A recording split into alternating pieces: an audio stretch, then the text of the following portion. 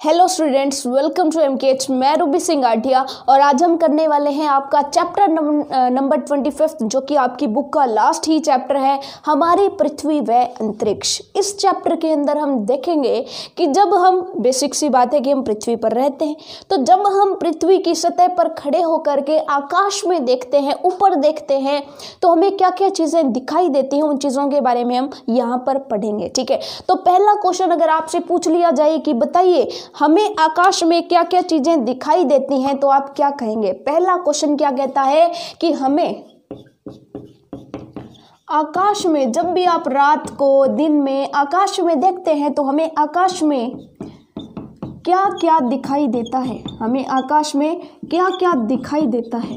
तो आप कहेंगे सिंपल सी बात कि अगर आपसे पूछ लिया जाए कि दिन में क्या दिखाई देता है, तो आप कहेंगे कि दिन के समय में हमें सूर्य दिखाई देता है। सूर्य दिखाई देता है या नहीं, तो आप कहेंगे बिल्कुल दिखाई देता है। और अगर आपसे पूछ लिया जाए कि रात के समय में आपको क्या दिखाई देता है, तो आप कहेंगे रात के समय में हमें तारे दिखाई देते हैं, रात के समय में हमें चंद्रमा दिखाई देता है, रात के समय में हमें चंद्रमा दिखाई देता है। और तारों के साथ साथ एक और चीज़ है, कौन सा है? तो एक तारा ही, कौन सा? ध्रुव तारा। ध्रुव तारा जो काफ़ी चमकीला तारा है और हमेशा उत्तर दिशा में हमें दिखाई देता है। तो ये यानी कि हम सूर्य, तारा, तारे, चंद्रमा, ध्रुव तारा, इन सारी चीज़ों को कहाँ पर देखते हैं? आकाश के अंदर देखते हैं। ठीक है, तो चलिए इन सभी चीज़ों के बारे में आज हम यहाँ पर पढ़ने वाले हैं।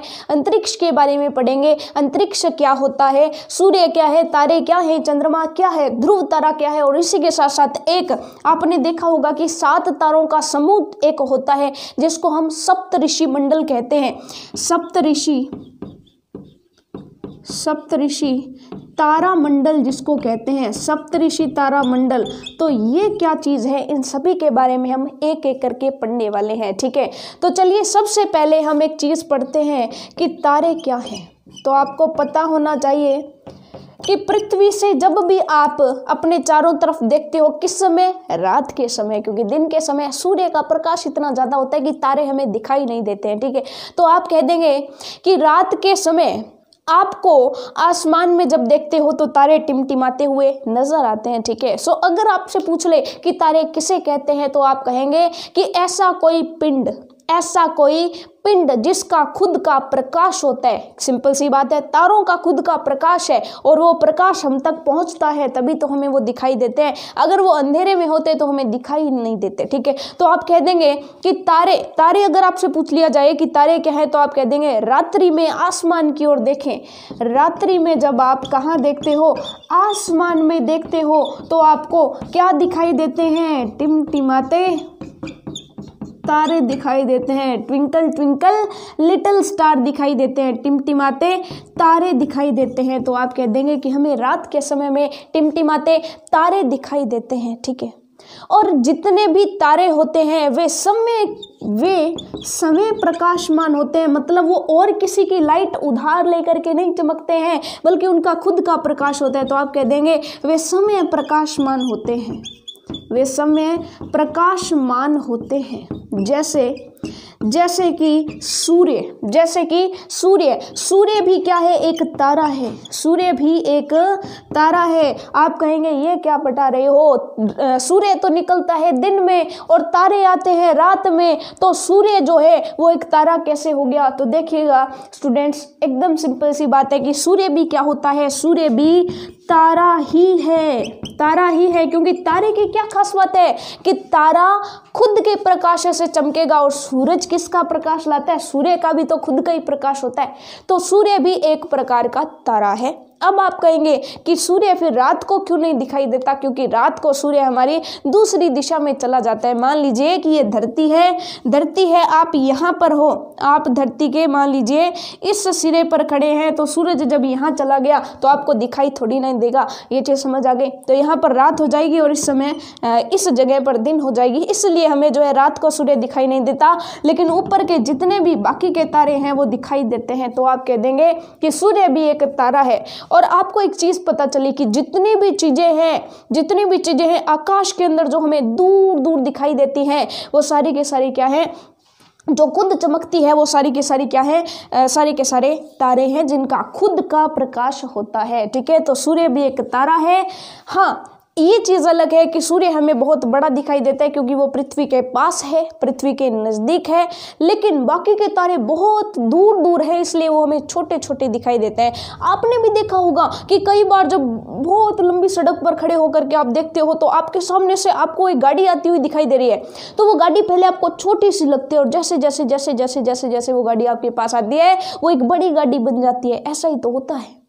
तो बहुत दूर जब कोई वस्तु है तो बहुत बड़ा जो तारा है जो बहुत दूर है तो वो आपको इतनी दूरी से बहुत छोटा सा दिखाई देगा, और जो प्रकाश वो छोड़ रहा है वो रास्ते में से कई सारी बहुत दूरी से चल करके आ रहा है और बीच में अलग अलग गैस की परतें हैं, तो अलग अलग की गैसों की परतों से जब वो प्रकाश आ रहा होता है तो वो थोड़ा बहुत रास्ते में डगमगाता है तो आपको क्या दिखाई देता है, तारा टिमटिमाता हुआ दिखाई देता है। ठीक है, तो तारा समझ आ गया आपको कि तारा रात्रि में आसमान में टिमटिमाता है, उसे तारा कहते हैं। वो समय के प्रकाश से जो है जलता है, पृथ्वी से दूर होने के कारण ये छोटे छोटे दिखाई देते हैं।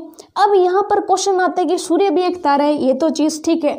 यहाँ पर आपकी पाठ्य पुस्तक का एक क्वेश्चन है, आपकी बुक के अंदर क्वेश्चन है कि आप दिन के समय में सूर्य के सामने पूरी की पूरी आंखें खोल करके क्यों नहीं देख सकते हो। तो आप कह देंगे कि सूर्य का प्रकाश इतना तेज होता है कि हम पहली बात तो हमारी आंखें जो है उसकी तरफ देख नहीं सकती। ठीक है, और अगर देखेंगे भी तो भी उसे हानिकारक जो किरणें आती हैं वो हमारी आंखों को नुकसान पहुंचाएंगे, हमारी नज़र कमज़ोर कर देंगे।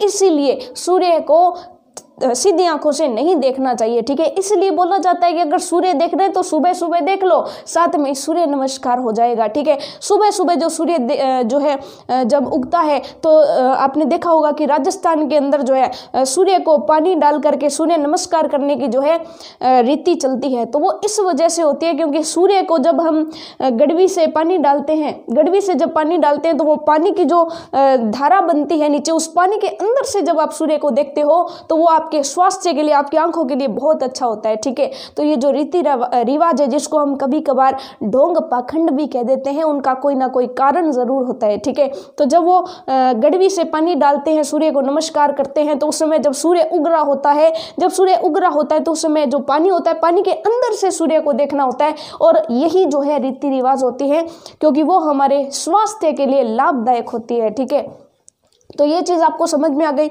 उसके बाद नेक्स्ट जो है आपसे पूछ लिया जाता है, आपने कभी कभी आसमान के अंदर देखा होगा कि 7 तारे आपको दिखाई देते हैं, और 7 तारे भी एक स्पेशल आकृति बनाते हैं। जैसे यहाँ पर देखिएगा, वो जो 7 तारे उनको क्या बोला जाता है, उनको सप्तऋषि मंडल बोला जाता है। तो आपसे अगर पूछ ले या आप मेरे से पूछ ले कि सप्तऋषि मंडल क्या होता है, तो सुन लीजिए कि आसमान के अंदर, आकाश के अंदर 7 तारों का समूह होता है। कितने तारे? 7 तारे। सप्त मतलब 7 तारों का जो है एक समूह है, और भारत के अंदर ऐसे मान्यता है कि वो 7 ऋषि हैं, 7 ऋषि हैं। ठीक है, और सप्त ऋषि मंडल क्या है? 7 तारों का एक समूह है जो आसमान में रात्रि के समय हमें दिखाई देता है। ठीक है, आपने देखा होगा कि 7 तारों का समूह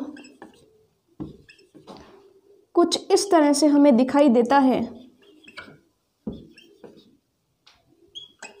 और जैसे आजकल हम फ्राई पैन या जो सूप की चम्मच जैसी होती है, ठीक है, वैसी आकृति बनाती है कि अगर इन सभी तारों को, 7 तारे हैं, इन सभी 7 तारों को अगर हम जोड़ दें तो ये कैसी आकृति बनाती है? ध्यान दीजिएगा, ये एक, अगर इनको आप जोड़ते हो तो ये आपको एक चम्मच जैसी या फ्राई पैन जैसी आकृति आपको दिखाई दे रही है। ठीक है, तो ये जो आकृति है इसी को क्या बोला जाता है? सप्तऋषि मंडल बोला जाता है। तो 7 तारों की ऐसे एक आकृति आपने आसमान के अंदर जरूर देखी होगी, और अगर नहीं देखी है तो आसमान के अंदर 7 तारों का ऐसा समूह देखिएगा जरूर। ठीक है, बहुत ही इंटरेस्टिंग, आपको मजा आएगा। ठीक है, अब देखिएगा, सप्तऋषि मंडल के बाद आपसे पूछ लिया जाता है कि ध्रुव तारा क्या है? ध्रुव तारा क्या है? ठीक है, तो आपको पता होना चाहिए कि ध्रुव तारा जो है अक्सर सुबह सुबह दिखाई देता है।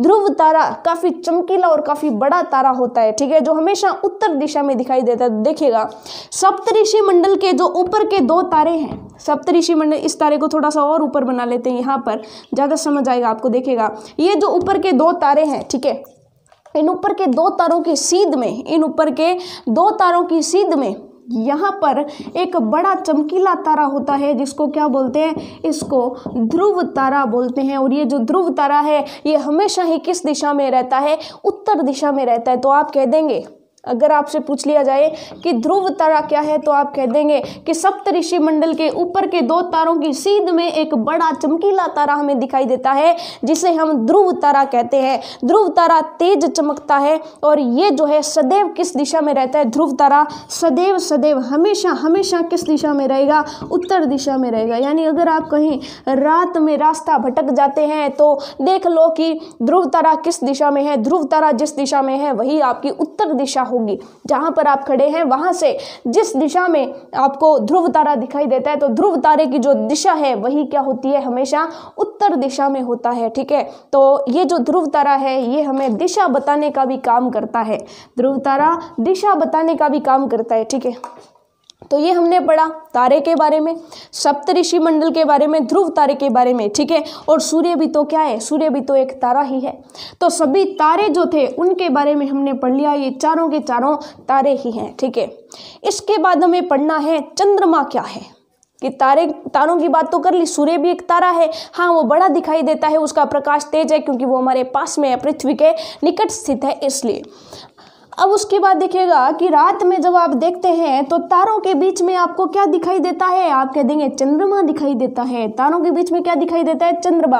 और चंद्रमा तारों से बड़ा होता है कि छोटा, तो आप कह देंगे चंद्रमा हमें तो बड़ा दिखाई देता है लेकिन वास्तव में छोटा या बड़ा हमें नहीं पता। तो देखिएगा कि वैसे तो तारे बहुत बड़े होते हैं लेकिन चंद्रमा जो है पृथ्वी के पास में स्थित है, पृथ्वी के पास स्थित है इसलिए वो हमें थोड़ा बड़ा, लेकिन जो तारे बहुत दूर स्थित है वो हमें थोड़े छोटे दिखाई देते हैं। ठीक है, तो नेक्स्ट अगर आपसे पूछ लिया जाए कि चंद्रमा क्या है, चंद्रमा क्या है, तो आप कह देंगे कि चंद्रमा जो है वो पृथ्वी का एक उपग्रह है।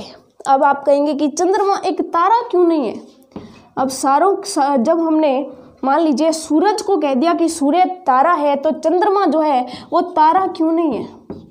तो सिंपल सी बात, चंद्रमा आपने देखा होगा कि चंद्रमा जो है दिन के समय नहीं चमक पाता।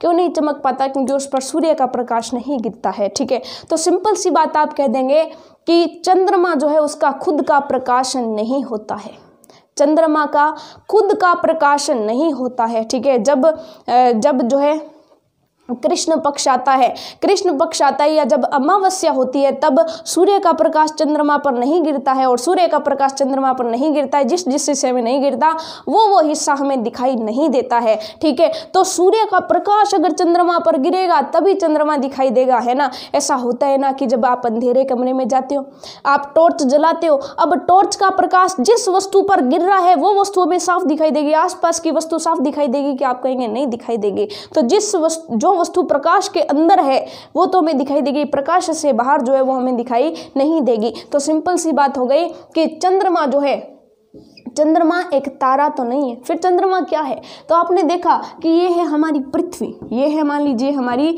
पृथ्वी, और पृथ्वी क्या है, एक ग्रह है। पृथ्वी क्या है, एक ग्रह है जिस पर हम निवास करते हैं। ठीक है, अब पृथ्वी के चारों तरफ ये चक्कर लगाता है और ऐसे पिंड जो ग्रहों के चारों तरफ चक्कर लगाते हैं उन्हें क्या बोला जाता है, उन्हें उपग्रह बोला जाता है। तो आप बता दोगे कि चंद्रमा जो है वो पृथ्वी का एक उपग्रह है। ठीक है, ये हमें बड़ा दिखाई देता है क्यों बड़ा दिखाई देता है, क्योंकि ये जो है पृथ्वी के काफ़ी निकट स्थित है लेकिन तारे बहुत बहुत बहुत दूर है।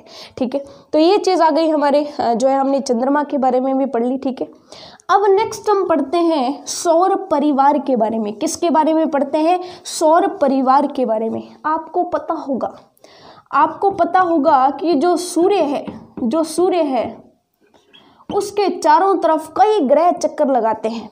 सौर परिवार के बारे में बात करेंगे तो देखिएगा जो सूर्य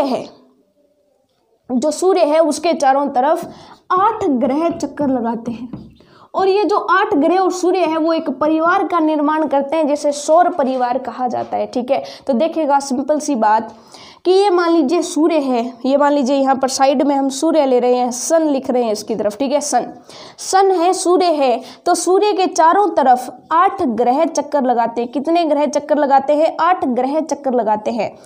1 हो गया, 2 हो गए, और ये हो गया 3, ये हो गया 4, 5, 6 हो गए, 7 और मान लीजिए 8वां। इस तरह से 8 ग्रह जो है सूर्य के चारों तरफ चक्कर लगाते हैं। इन 8 ग्रहों को और सूर्य को मिला करके जो परिवार बनता है उसे क्या बोला जाता है? सौर परिवार।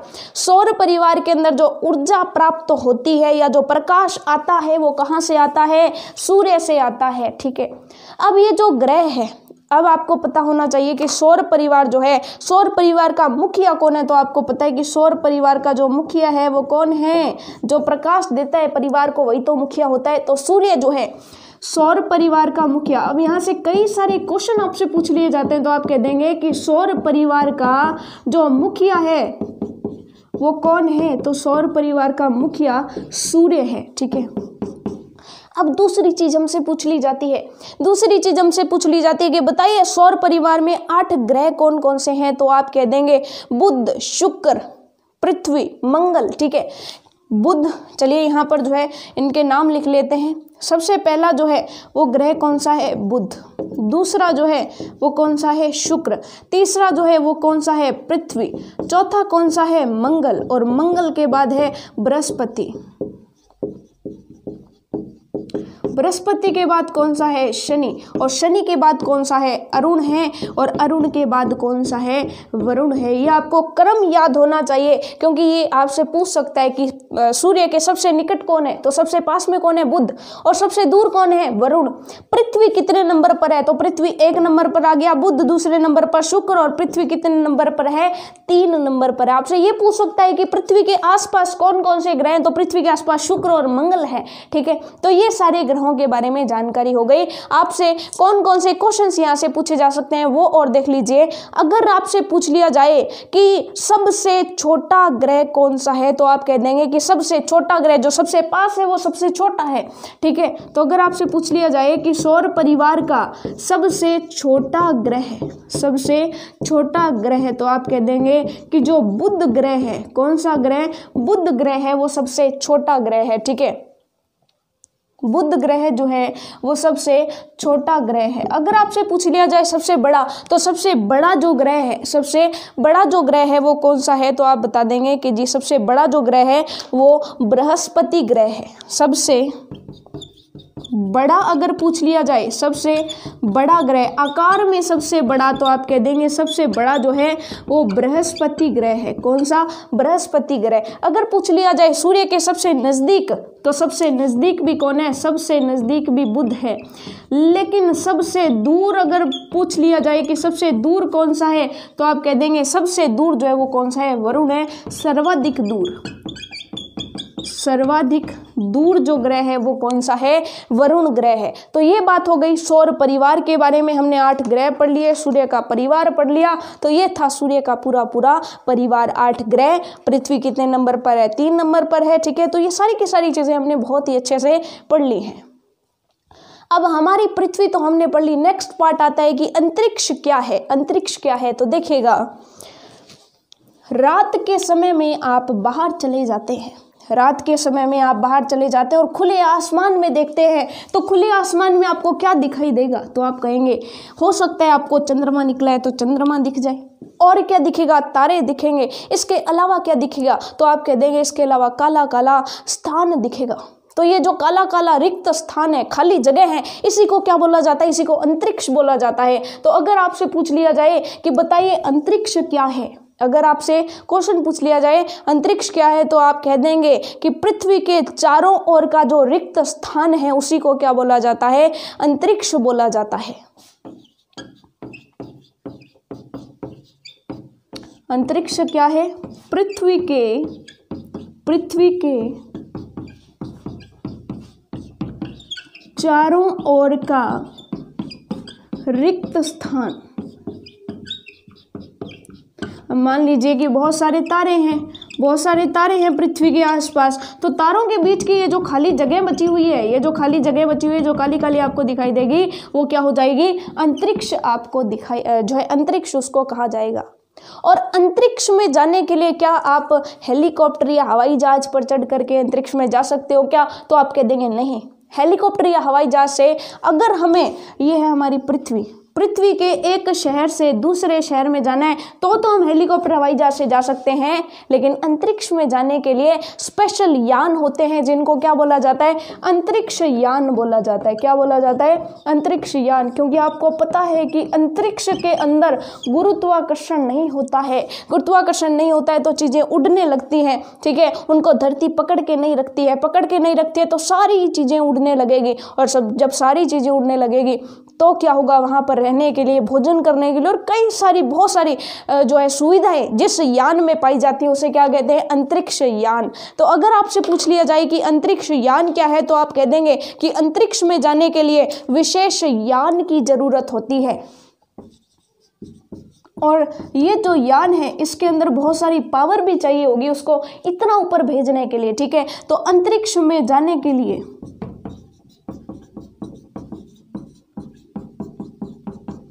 जो विशेष यान है, जो विशेष यान है उसे ही क्या बोला जाता है, अंतरिक्ष यान बोला जाता है। और जो व्यक्ति इस यान में, इस अंतरिक्ष यान में बैठ करके अंतरिक्ष में जाते हैं उनको स्पेशल ट्रेनिंग दी जाती है कि वहाँ पर जा कर के कैसे भोजन लेना है, कैसे अपनी बॉडी को कंट्रोल करना है, क्योंकि अंतरिक्ष में जो है बहुत सारी कॉम्प्लिकेशंस होती हैं, बहुत सारी कठिनाइयाँ आती हैं। तो ऐसे में उनको बताया जाता है कि कैसे जो है उनको अपनी सुरक्षा करनी है, उनको जो है अपना जो भी वो काम के लिए जाते हैं उनको एक प्रशिक्षण दिया जाता है।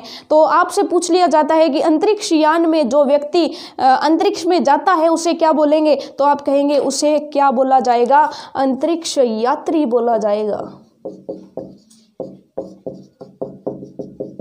अंतरिक्ष यात्री जो है अंतरिक्ष यान में बैठ करके कहाँ जाते हैं, अंतरिक्ष में जाते हैं। और आप कहेंगे कि अभी तक कौन कौन से अंतरिक्ष यात्री हुए हैं, तो आपको पता होना चाहिए कि मुख्य अंतरिक्ष यात्री कौन है, ठीक है।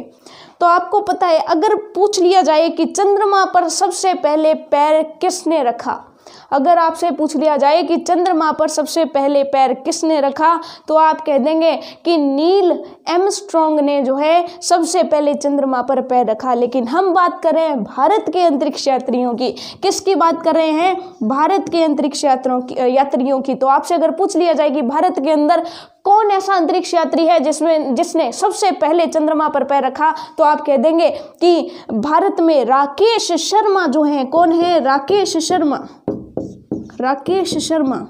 तो राकेश शर्मा ने सबसे पहले अंतरिक्ष यात्री बन करके कहाँ पर गए, चंद्रमा पर गए, भारत के अंदर से, ठीक है। भारत में पहले व्यक्ति थे जो सबसे पहले चंद्रमा पर जिन्होंने पैर रखा था, ठीक है। उसके बाद और भी अंतरिक्ष यात्री रहे, महिला अंतरिक्ष यात्री रही, कौन कौन, कल्पना चावला, कल्पना चावला, और एक और नाम सुना होगा आपने, सुनीता विलियम्स, सुनीता विलियम्स। तो महिलाएं भी अंतरिक्ष में जा चुकी हैं, कल्पना चावला और सुनीता विलियम्स, ठीक है। तो ये जो है दो महिलाएं अंतरिक्ष यात्री बन चुकी हैं। इसके अलावा राकेश शर्मा चंद्रमा पर पैर रखने वाले प्रथम भारतीय थे, ठीक है। तो अंतरिक्ष यात्रियों के बारे में आपने पढ़ा, अंतरिक्ष यान के बारे में पढ़ा, अंतरिक्ष के बारे में पढ़ा, और रात को दिन में आपको आसमान में जो कुछ भी दिखाई देता है सब कुछ के बारे में पढ़ लिया। यानी पृथ्वी, हमारी पृथ्वी और पृथ्वी के चारों तरफ के जितनी भी चीज़ें हैं, अंतरिक्ष है, इन सभी चीज़ों के बारे में हमने इस चैप्टर में पढ़ा। तो चैप्टर आपको डेफिनेटली इंटरेस्टिंग लगा होगा और लास्ट चैप्टर था। तो इसी के साथ हमारी पर्यावरण की जो बुक है वो कंप्लीट होती है बच्चों। इसके बाद जो है हम रिवीजन स्टार्ट करेंगे, ठीक है। सो इसी के साथ all the best for your revision.